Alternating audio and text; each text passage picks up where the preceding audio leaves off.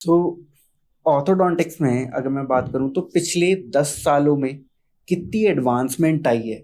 चाहे वो टेक्नोलॉजी में हो, चाहे वो मेथड्स में हो, कोई नई चीजें हैं।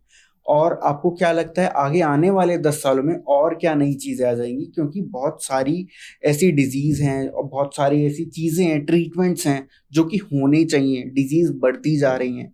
तो एडवांसमेंट की अगर बात करें तो पहले क्या थी और आगे क्या हो सकती है।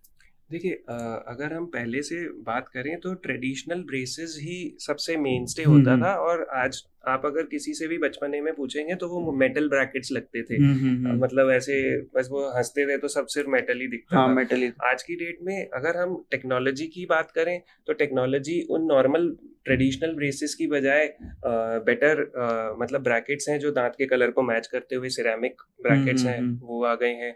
उसके अलावा कुछ ब्रैकेट्स हैं, सेल्फ लाइगेटिंग ब्रैकेट्स बोलते हैं। अच्छा। उनसे हम थोड़ा सा और बेटर मतलब और फास्टर रिजल्ट ला सकते हैं। थोड़ा सा कंपैरेटिवली वो कंफर्टेबल होता है पेशेंट के लिए। ओके। एंड मतलब उससे रिजल्ट्स भी अच्छे आते हैं। ओके। अगर टेक्नोलॉजी का इवोल्यूशन बात करें तो आज की डेट में आर्टिफिशियल इंटेलिजेंस ने हर जगह मतलब हर धूम मचा रखी है ओके, हर इन दिस जगह। Field also. हाँ, in this okay. field also artificial intelligence works because of the advent of aligners। Okay. क्योंकि हम जो भी ट्रीटमेंट प्लान करते हैं हम्म। वो उनका जो बैक डेटा होता है उसके बेसिस पे ही प्लानिंग होती है, उसी के ओके। बेसिस पे ही ट्रीटमेंट प्लान बनता है।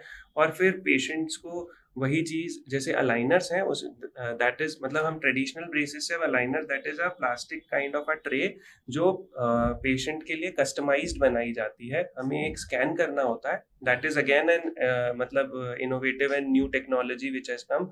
जो कि पहले हम सिर्फ और सिर्फ इम्प्रेशंस लेते थे, मिक्स किया था। मतलब कई बार अगर कोई भी डेंटिस्ट के पास जाता था तो हम ये भी पूछते थे कि भाई कौन सा फ्लेवर फील हुआ, तो वो मिक्स करके करते थे। आज की डेट में चेंज ये है कि वही चीज हम डिजिटली अक्वायर कर सकते हैं with the help of a scanner.